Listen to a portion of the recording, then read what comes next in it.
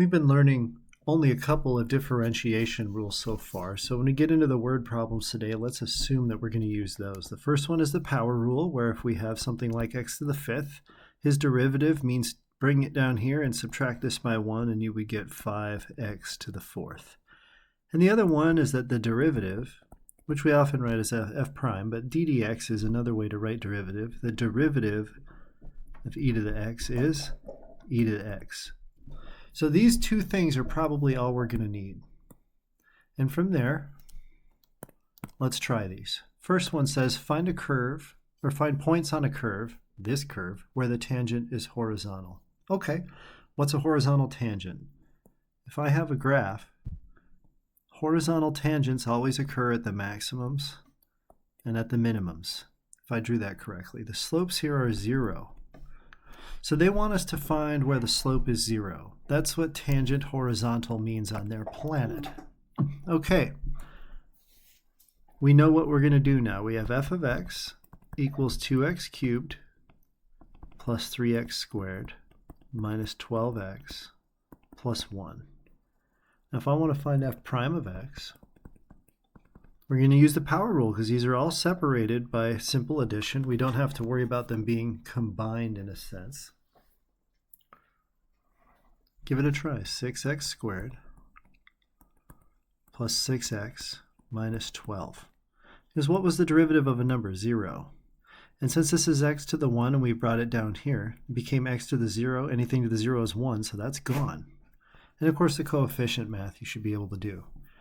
Now we want it to be horizontal, so that'd be a 0 equals. We can factor this, x squared plus 6x minus 2, or plus x minus 2, sorry. Divide the 6 away, so we're going to get 0 equals, well that's going to be x plus 2 and x minus 1. So if I have a negative 2 for x or a positive 1 for x, I'm going to find that the slope is 0. So take one of these and put it in. 2 times negative 2 cubed plus 3 times negative 2 squared minus 12 times negative 2 plus 1. Negative 2 cubed is negative 8 times 2 is negative 16 plus negative 2 squared is 4 times 3 is 12. This is going to be a plus 24 plus 1. So let's see, 36, 37 minus 16, that gives us 21. So the first point would be negative 2, 21. And the second point is going to be at 1.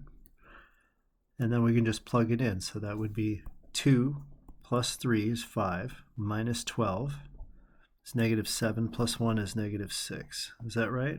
I hope that's right. You see how I got there either way. If it's wrong and you write this down, that's on you. This is the method with which we solve. I'm just running through it a little fast, but I hope the arithmetic is okay. The next one says, for what value of x does a graph of f of x have a horizontal tangent? What's a horizontal tangent? You know what a horizontal tangent is. That's when the slope is 0. That's what you know in math already. So let's do f prime. What's the derivative of e to the x? It's e to the x minus 2. And we'll set that to 0. Let's add this over here. So we'll say e to the x equals 2. Natural log both sides. And you know, when you take the natural log of something, the exponent can come out as a coefficient. So we'll say x ln of e is equal to ln of 2. Now the natural log of e is 1. So x is equal to the natural log of 2. That's our answer for this one. Whew! It looked like it was going to be harder. And that was actually pretty quick, wasn't it? They only asked for the value of x on that one. Let's come down here a little bit, see what we got going on. Show that the curve, okay, f of x equals 2e to the x plus 3x plus 5x cubed has no tangent line with slope 2. So of course the tangent line's slope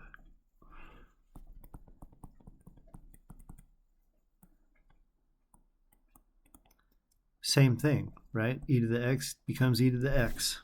Should be no surprise to you. We drop 1 degree, and then this one we bring the exponent down like that. And now they say, show it how it doesn't have a value of 2. So let's erase this. I'll just leave it like that for a second. I'll put a 2 here.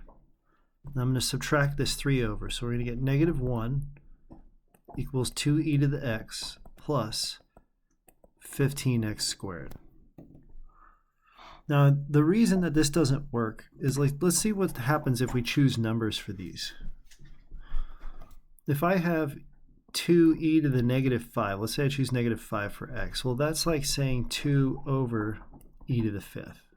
That's a positive number. Any number I choose, positive or negative here, is going to end up as a positive number. It's just how big or small. So to get to negative 1, you would have to do it with this term, which has an x squared. Well, anything you put into x here is going to become positive, right? So there's no way that we can end up with a negative number out of these terms. They're forced positive, and that's what they want you to show with this problem. Now for the last example, it says find the equation of a tangent line. This one's not bad. I like this problem. So we give us a curve,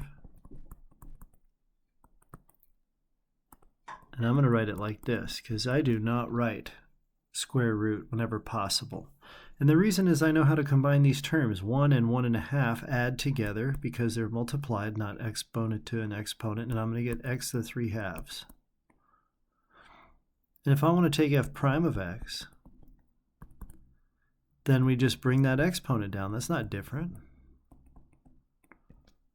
You see, we just subtracted 1 off of that. And now they tell us it has to equal 2. Okay, great. Well, if I bring this over to the other side, then we're going to get x to the 1/2 is equal to, oh, I'm sorry, this is a 3, wasn't it? What did I do there? Tangent with the parallel, it is supposed to be 3. Why is that? Well, this line here, they give us y equals 1 plus 3x. This slope is what we want to look at because we want a line that's parallel to it, which has the same slope. Sorry for the confusion there.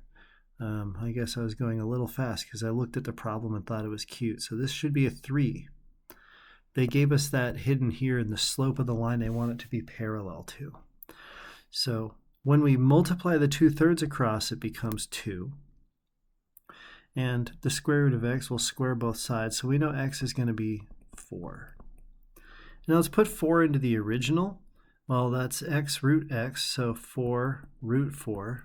That's 4 times 2 is equal to 8. So the point we're going to be working with is 4, 8. And maybe the graph looks like this, and somewhere at the point 4, 8, we're trying to make this tangent line with the same slope as the one they gave us, which is 3. So we'll just say m equals 3. And I think we're getting close here already, as we get y equals 3x plus b, and we know it's 8, and we know 3, 4 plus b. Subtract the 12 away, we're going to get negative 4. So we get b equals negative 4, not negative 12. So our answer would be y equals 3x minus 4. And that is indeed parallel to 3x plus 1, because they have the same slope. We use the derivative to find where this is true, right here on the graph. And if I hadn't done some stupid math there at the end part, it may have been a little less confusing, so I do apologize about that.